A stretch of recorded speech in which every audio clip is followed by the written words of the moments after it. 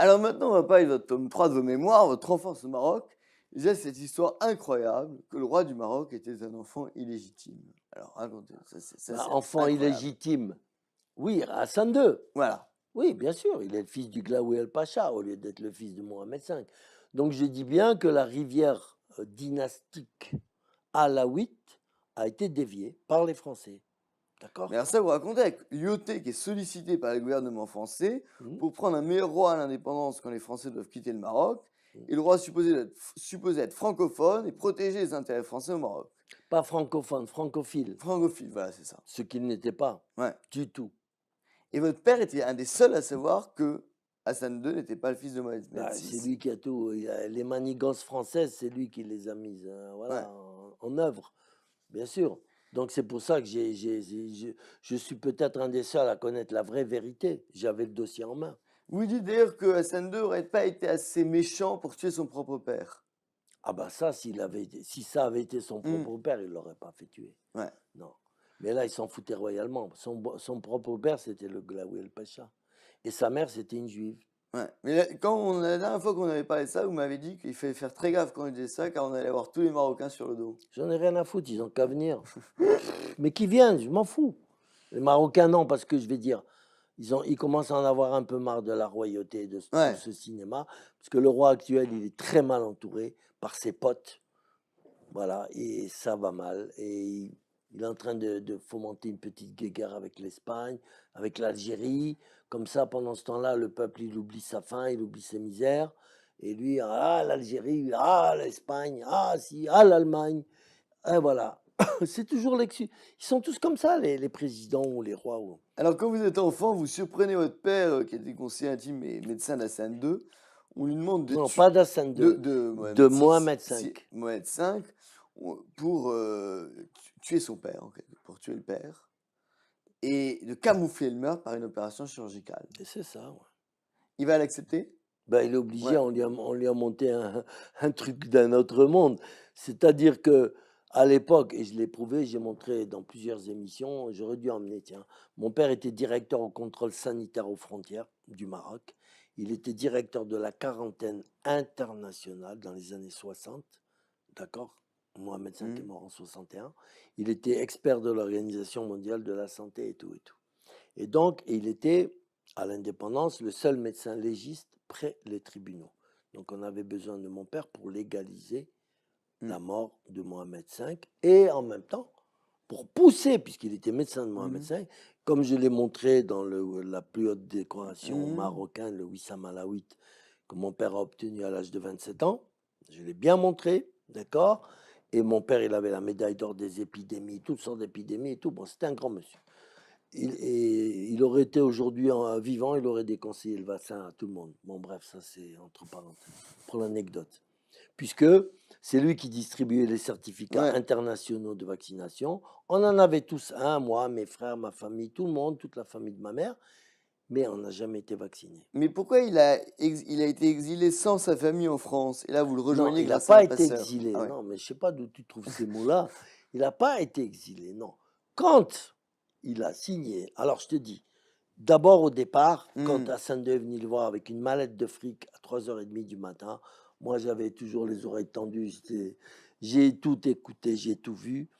Hassan II lui a dit, voilà, il faut que vous poussiez mon père à accepter l'opération, parce que Mohamed V avait peur de cette opération. Il savait que c'était un coup monté avec un médecin suisse, dont j'ai oublié le nom. Mhm. Je crois que je l'ai mis dans mon bouquin, je sais pas, non. Et donc, il avait très peur et il refusait. Et mon père, au début, lui avait dit: «Oh non, surtout ne faites pas ça, vous n'avez pas besoin». Bah, parce qu'il prenait aussi peut-être un peu trop de coke, hein, faut dire, Mhm. Mohamed V. Bah oui, c'était déjà à l'époque Mhm. très courant de prendre la cocaïne, n'est-ce pas? Et donc, Hassan II, il a dit: «Tout ce que je vous demande, c'est de convaincre mon père de faire cette opération. Vous, il vous écoutera, puisque vous êtes» sur les papiers, c'est marqué: «Son ami et son confident, son seul confident, il vous écoutera» et effectivement, il l'a écouté. Mais mon père a refusé. Il a dit: «Ah non, non, moi je ne Mhm. trahis pas, je ne trahis pas mes clients et tout, je ne trahirai pas le roi, non, je l'aime trop et tout et tout». Bon bref. Qu'est-ce qu'ils lui ont fait à mon père? Et ils l'ont fait tomber dans un piège. Hassan II a acheté une société maritime avec 2 bateaux Mhm. pourris. Et il décide d'envoyer des pèlerins à la Mecque. D'accord? Et donc, il est obligé de soumettre ces 2 bateaux à mon père, puisque c'est le seul qui a un droit de contrôler et de donner les autorisations. Et là, mon père donne l'autorisation pour 1500 personnes et toutes les normes à suivre. Hassan II, qu'est-ce qu'il fait? Au lieu de mettre 1500, il en met 2500. Donc, il a dépassé 2000. Et il ne suit pas les normes, il s'en fout royalement. Il est le prince quand même, prince héritier. Mon père ne peut pas trop s'attaquer à lui. Il met des mecs contaminés, toutes sortes de Mhm. contaminations. Et évidemment, pendant la traversée, épidémie, bam, bam, bam, qui c'est qui prend dans la gueule? C'est mon père. Hassan II, il revient voir mon père et lui dit, alors maintenant, vous avez compris, vous êtes en contrôle judiciaire. D'accord? Il dit, vous ne pouvez pas sortir du Maroc. Et quand vous passerez au tribunal, je serai moi-même le procureur, s'il le faut. Et je vais dire à tous les Marocains que vous avez fait exprès de faire ça, de donner l'autorisation dans ce bateau, etc. Et que c'est votre faute s'il y a eu des morts et tout, parce que vous êtes un nostalgique de la France, du Maroc français et tout, Mhm. et que pour vous venger, voilà, c'est votre truc. Et là, on va vous lâcher au tribunal. Ensuite, c'est votre famille entière qui va y passer. Mon père, il a compris que Hassan II ne rigolait pas. Il a dit, bon, ben écoute. Et il a dit à Mohamed V, il faut faire l'opération. Et Mohamed V est mort Alors maintenant, asphyxié par le asphyxié. docteur suisse. Alors maintenant, on va parler de votre Alors jeunesse. attends, Ah oui, pardon. je termine. Et donc mon père, tout de suite, il a compris que, étant témoin Mhm. visuel et témoin ferme de la mort de Mohamed V, il lui reste plus qu'une chose, c'est de quitter le Maroc. Parce Voilà, c'est ça. Hassan II, il n'a jamais été témoin derrière lui, jamais. Il a assassiné tous ses hommes de main, petit à petit.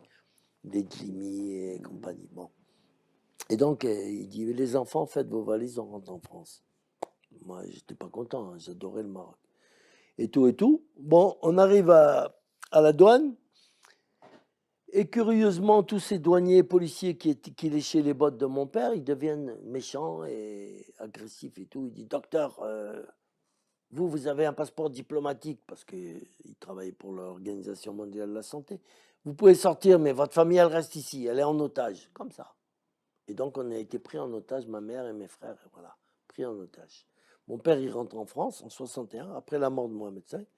Il va voir De Gaulle, il dit alors quoi, voilà, moi j'ai aidé, parce que c'était la France qui était Mhm. derrière tout ça. Attention, hein, Mhm. faut pas l'oublier, j'ai oublié de le préciser, mais c'était un coup monté de la France qui voulait la mort de Mohamed V, qui voulait se débarrasser de ce mec, parce qu'il était, déjà, il était remonté sur le trône. Mhm. Déjà, il était en 1924, Lyoté l'a placé, et après, il a été à Madagascar, prisonnier, à l'Edex et tout et tout. Après, on l'a remis sur le trône, obligatoirement, à contre-cœur.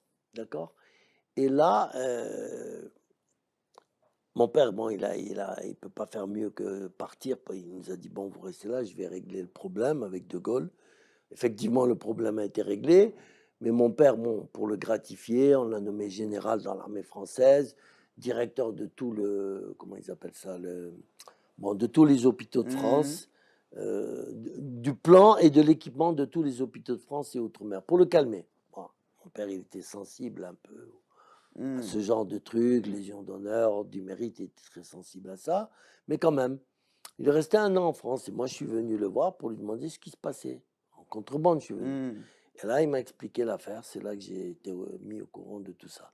Bref, mon père a pu retourner au Maroc au bout d'1 an, grâce à De Gaulle. Et il a vécu jusqu'en 78.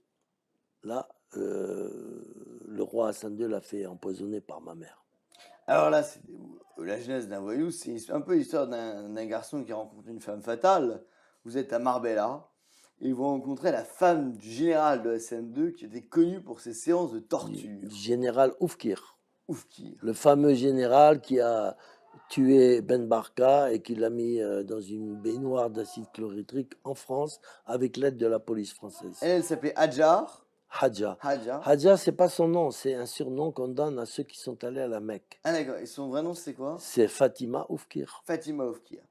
Elle vous emmène dans sa villa. Là, dans la villa, tout le monde prend de la coke et on vous dit prendre de la coke, c'est très bien pour Tout le le cul. monde, non, il y avait les enfants Oufkir qui Mmh. prenaient pas, il y avait Malika Oufkir. prenaient pas. Il y avait les sœurs, tout ça. Tout le monde, non. Les domestiques, non. Et beaucoup de gens prenaient, en tout cas ceux de la haute, évidemment. C'était très à la mode. Alors, Voilà. et on vous dit aussi qu'il faut prendre de la coke parce que ça va améliorer vos performances sexuelles. Voilà. Non, elle me dit, moi je prends de la coke et j'aimerais bien que tu sois au même diapason que moi, c'est-à-dire sur la même longueur Hmm. d'onde. Donc j'aimerais bien que tu prennes ce truc. Moi j'étais horripilé. Je dis, ah non, non, non, moi je veux pas tout ça. Parce que déjà à Tanger, on m'avait proposé à plusieurs reprises dans des soirées et tout, de la coke. Je refusais à tous les coups. Puis là, ben, je dis, bon, allez, on va voir. C'était pas mal. Alors, vous racontez aussi ce jour où à Marbella, vous plantez votre voiture dans le décor sur une route perdue. Vous attendez sur la route et finalement, le seul mec qui vous prend sur la route, c'est un camion de cochon. Et vous vous retrouvez dans un camion de cochon qui bouffe tous vos vêtements. Je me mets avec des cochons qui m'ont bouffé tout, mon costume, mes chaussures laquées, blanches, costume en soie et tout, ils m'ont tout bouffé. Et c'est tout juste, ils ne me bouffaient pas à moi. Donc j'arrive à Marbella, je puais le cochon, j'étais en loc, et Madame Oufki, elle me voit, elle me dit, mais c'est quoi là, ce cinéma là, et tu me fais quoi là et tout, attends, tu vas me le payer et tout. Je dis, mais attends, oh, oh, calme-toi, voilà ce qui m'est arrivé. Donc elle prend sa Jaguar, qu'elle me fait conduire, je ne savais même pas conduire, elle était automatique. Moi je faisais le con, je dis, oui, tiens, une Jaguar, je monte dedans, et je ne savais pas comment démarrer ni rien. Et elle se foutait de ma gueule. Et après, elle me dit, bon, alors on fait comme ça, moi je faisais n'importe quoi. Bref, on est allé vérifier que ma voiture était vraiment tombée en panne, et là, elle m'a pardonné. Alors, et c'est terrible parce qu'ils envoient sa fille Malika pour tester votre fidélité, qui en hors-bord veut vous noyer en quelque sorte. Quoi? Sur un hors-bord veut vous noyer sur la mer, non? Ah, mais ça, c'est Oui, c'est après. après, oui. Noyer, c'est un grand mot, mais j'étais quand même un peu tout nu dans l'eau, mon maillot avait sauté, et puis il y avait des requins qui traînaient dans le coin, hein, tout ça. Mais je savais bien nager, et puis j'ai été récupéré par des pêcheurs espagnols, tout nu. Et au moment de la séparation, elle vous laisse 11 000 dollars dans un disque de Richard Anthony. Ouais. Que Malika ne voulait pas rendre, hein, elle voulait Ouais. pas elle voulait le garder, la méchante. Et là, c'est terrible parce que vous êtes désespéré de la séparation, vous craquez, vous installez chez votre marraine la sœur de Mohamed V, Mm. et le Qui m'a général allaité. qui vous a Ce qui veut arrêté. dire que j'ai du sang royal. Ah oui, oui. Attention. Du sang alaouite, en plus. Le général apprend votre présence à Rabat. Non, il apprend pas, il savait. Oui, C'est ça un va. coup monté. C'est un coup monté. Et là, il fait encercler la ville pendant 2 semaines. Oui, mais c'est un coup monté. Parce que, en principe, bah, j'ai fini par comprendre. En principe, lui, il voulait le dossier que mon père avait, d'accord, chez un notaire à l'île d'Oléron. Il voulait ce dossier. Comme ça, avec ce dossier, il pouvait faire tomber à Saint-Deux Hmm. pacifiquement. Parce qu'il en avait marre de voir du sang. C'est curieux d'ailleurs. Et donc, il lui fallait une monnaie d'échange pour ce Hmm. dossier. Mon père n'était pas prêt à donner ce dossier comme ça au général Oufkir parce qu'il était beau ou valeureux. Donc il lui fallait une monnaie. Et cette monnaie, c'était moi. Comme Hmm.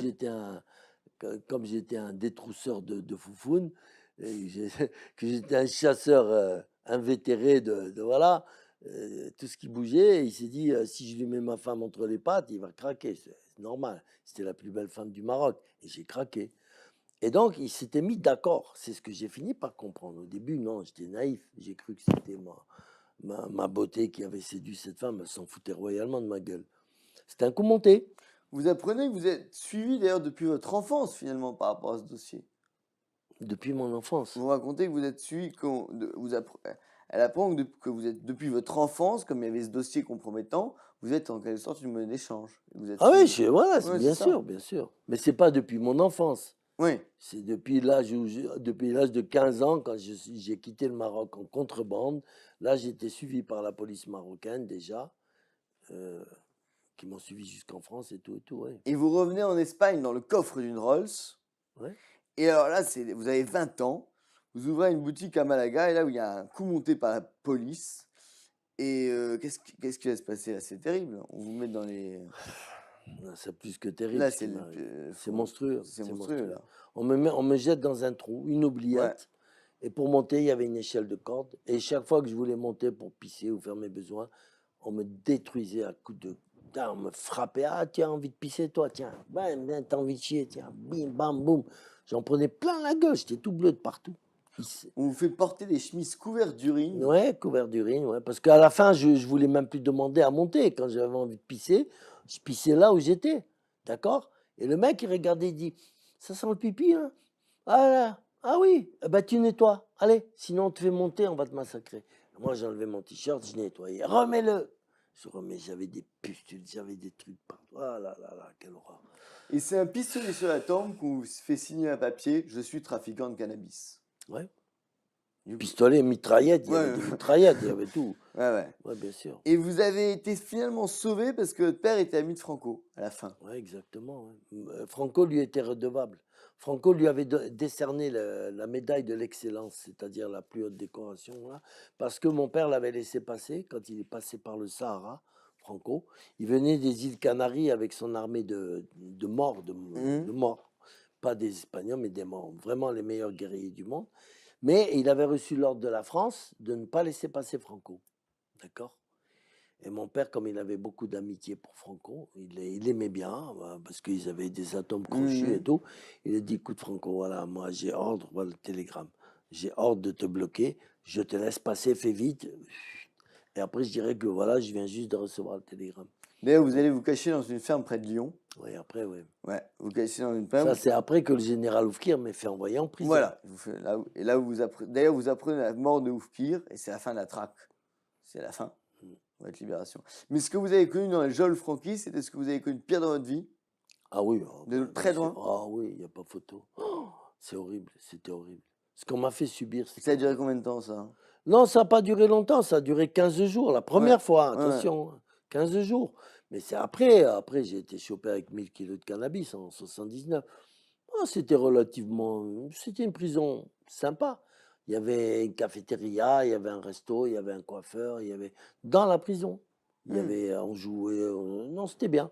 Mais là, c'était pourri, on dormait par terre sur des paillasses. À côté de ça, la santé aujourd'hui, c'est le Cap Nègre.